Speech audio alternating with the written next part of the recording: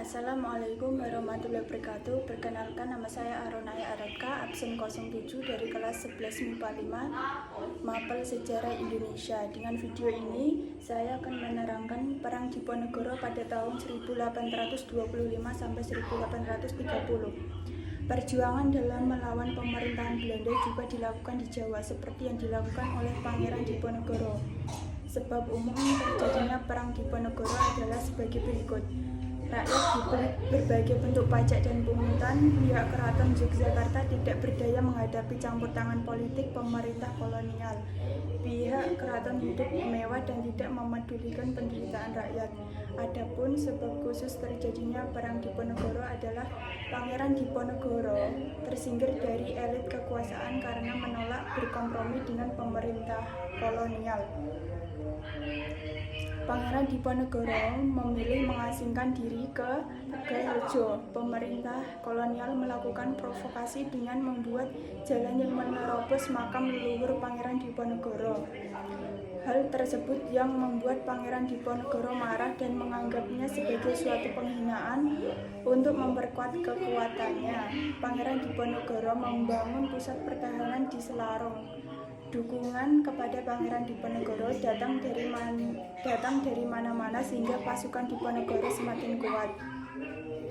Dukungan datang dari Pangeran Mangkubumi Sentot Alibasya Prawirodirjo dan Kiai Mojo. Untuk menghadapi perlawanan Pangeran Diponegoro, Belanda mendatangkan pasukan dari Sumatera Barat dan Sulawesi Selatan di bawah pimpinan Jenderal Marcus de Kock. Pangeran Diponegoro memimpin pasukannya dengan perang gerilya. Untuk mengatasi perlawanan Diponegoro tersebut, Gubernur Jenderal Van der Capellen menugaskan Jenderal Marcus de Kock untuk menjalankan strategi benteng Stelsel, yaitu mendirikan benteng di setiap tempat yang dikuasainya. Antara benteng yang satu dengan benteng lainnya dihubungkan dengan jalan untuk memudahkan komunikasi dan pergerakan pasukan.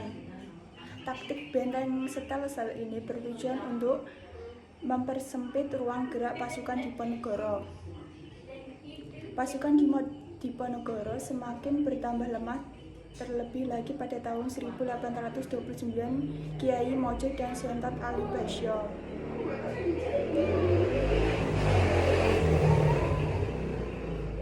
Pasukan Diponegoro semakin bertambah lemah, terlebih lagi pada tahun 1829 Kiai Mojo dan Sentot Alibasya Prawirodирjo memisahkan diri. Lemahnya kedudukan Diponegoro tersebut menyebabkan ia menerima tawaran berunding dengan Belanda di Magelang. Dalam perundingan tersebut, pihak Belanda diwakili oleh Jenderal de Kock. Perundingan tersebut gagal mencapai sepakat. Kemudian Belanda menangkap Pangeran Diponegoro dan dibawa ke Batavia, yang selanjutnya dipindahkan ke Manado, lalu dipindahkan lagi ke Makassar dan meninggal di benteng Rotterdam pada tanggal 8 Januari 1855. Perang Diponegoro yang berlangsung selama 5 tahun tersebut membawa dampak antara lain kekuasaan wilayah Yogyakarta dan Surakarta berkurang. Belanda mendapatkan beberapa wilayah Yogyakarta dan Surakarta, banyak menguras kas Belanda. Sekian video dari saya, terima kasih. Wassalamualaikum warahmatullahi wabarakatuh.